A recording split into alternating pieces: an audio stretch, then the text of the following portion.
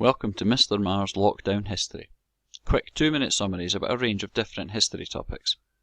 In today's episode we're going to one of the major events of the Cold War, which is the Vietnam War, arguably one of the most famous events of the 20th century.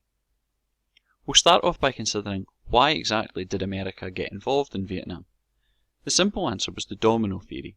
The domino theory was the idea that America worried that if one country in a continent, for example Asia, became communist, this would soon spread to other countries and on and on. China had become communist in 1949, and in the 1950s America had been involved in Korea in trying to stop the spread of communism there. With the tension between North and South Vietnam looking like it might lead to the North Vietnam taking over the South and imposing communism, America became involved to try and stop this.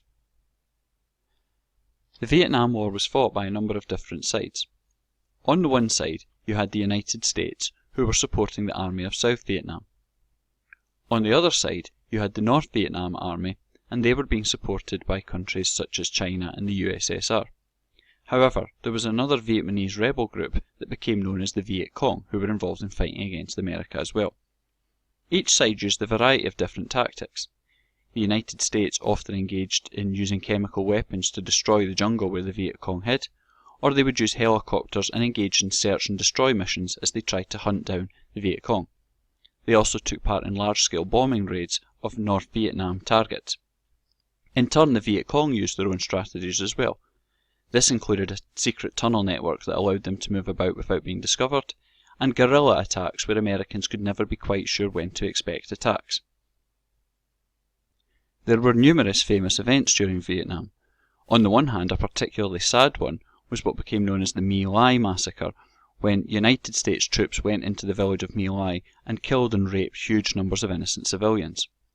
Arguably the Viet Cong's most famous event came during the Tet Offensive of 1968, when they launched major attacks all across Vietnam, including allowing them to take control briefly of the US Embassy in Saigon. Public support for the war in the USA continues to change. At the start, many Americans were behind the war because they believed it was a way to stop the spread of communism. But as the war went on, large numbers of people became to come against the war, and there were huge protests took place, including hundreds of thousands of people marching in places like Washington. This was due to concerns that the Viet Cong couldn't be defeated, anger at the number of US soldiers that were dying, and also concerns about the draft, which was when many people were forced to fight.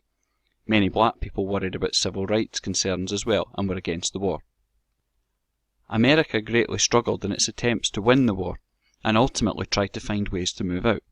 Richard Nixon underwent a policy known as Vietnamization when he tried to ensure that the South Vietnamese were equipped to take over the country, but this ultimately failed.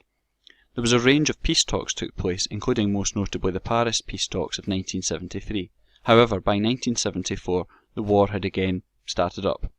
By 1975, it became obvious to America that they couldn't possibly win, and the last US soldier left, ultimately signalling a major defeat for America as part of the Cold War.